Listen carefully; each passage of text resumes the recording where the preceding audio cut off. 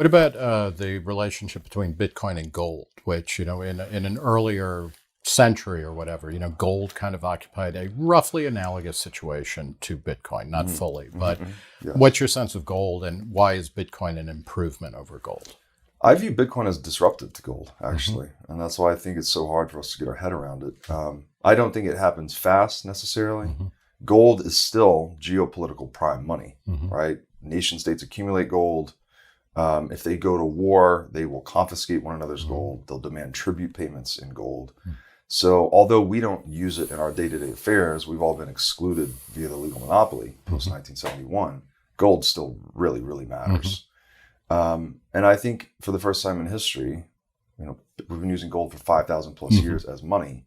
We now have a 13-year-old digital upstart that is outcompeting gold, if you will. And the implications of that are just profound. But again, I don't think it happens fast. We've been using gold for 5,000 years. Yeah. I think gold maintains a monetary premium for hundreds of years potentially. Right. But I think Bitcoin eats most of that in the distant long run. Let's talk a bit about how we get closer to a Bitcoin standard. What are the actual steps? Like when you talk about it's a long time kind of, it becomes the long time basis for everything. What needs to be happening? And can we speed that up? Can we slow it down? What's kind of ironic about all of this, I'm in Bitcoin education, right? So I'm trying to teach people what is property, what is money, what are these fundamental questions that we just take for granted often. That's like my main aim. However, my efforts cannot hold a candle to the pain that governments induce on people. So when they actually violate private property rights via inflation, or actually seize Canadian trucker bank accounts, or actually seize Russian foreign central bank reserves to the tune of $600 billion. The billboards that creates for unseizable, untouchable, unstoppable money is much louder than anyone like myself can do.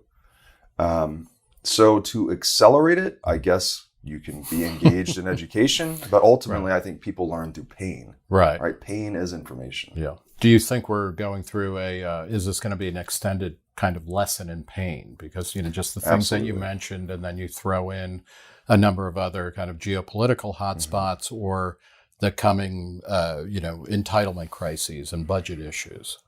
In the Weimar Republic, the 1920s hyperinflation we talked about earlier, people literally thought they were getting insanely rich right up until the very end. Because you're thinking through this money, right? You're denominating yourself in dollars, your net worth, the value of your home, your stock portfolio. When you diminish that unit of economic perception, this thing's going up in nominal value. Right. So you think, well, I have more dollars today than I did yesterday.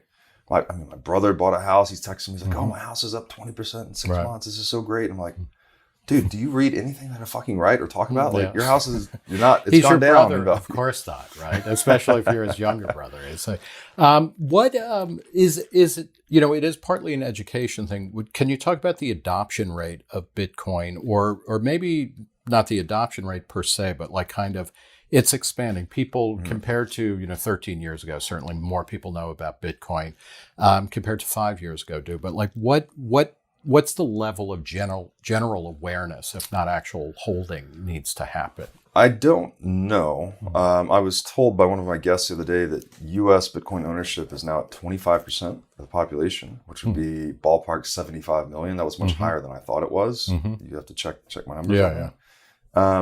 The question is, what does it need to be? Yeah. When does it reach? Is there a kind of tipping point, or maybe we've already reached that? I mean, one of the things we were both at this conference last year, and I think one of the takeaways from that was that Bitcoin is here to stay. It's not, for in its early history, people could be like, this is a flash in the pan. This is like flus or other old cyber currencies that didn't last. You can't say that anymore. No, you cannot say that. No one's figured out how to stop Bitcoin, basically, meaning turn it off. And so if you can't turn it off, it effectively operates as this vortex of incentives. It's just incentivizing people to interact with it, to hold it, to save in it, build businesses on it. Whereas fiat currency is doing the opposite, right? It's disincentivizing you from using it, holding it, all of these things. So there's this transfer of wealth or monetary energy from the network that is oppressing you to the network that benefits you. I think the tipping point, and my thinking here is based on a concept called the minority rule. You can read about this, authors like Nassim Nicholas Taleb have written about this. When certain networks get to say 4% of an intolerant minority, right, they can actually impose their preferences on the majority. Right. And his examples are things like how many products are kosher. Kosher is a great example. Even though it's a small number of people, but people who eat kosher won't eat anything else. Right. The market ends up kind of catering to an intolerant minority. Yeah. Exactly. And then even something like the body of scientific knowledge, we think that's really whatever's been disproven has been discarded. Right. Whatever is left over is basically science. So there's this whole interesting dynamic with this minority rule across different categories that gives it this degree of consilience.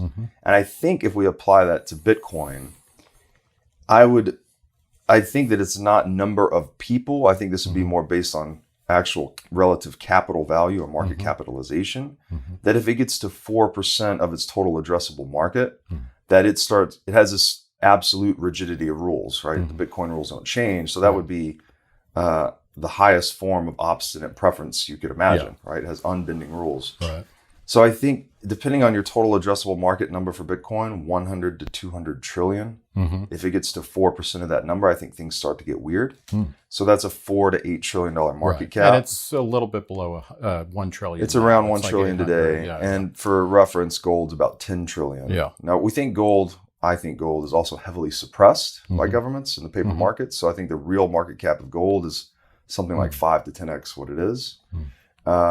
So we'll see.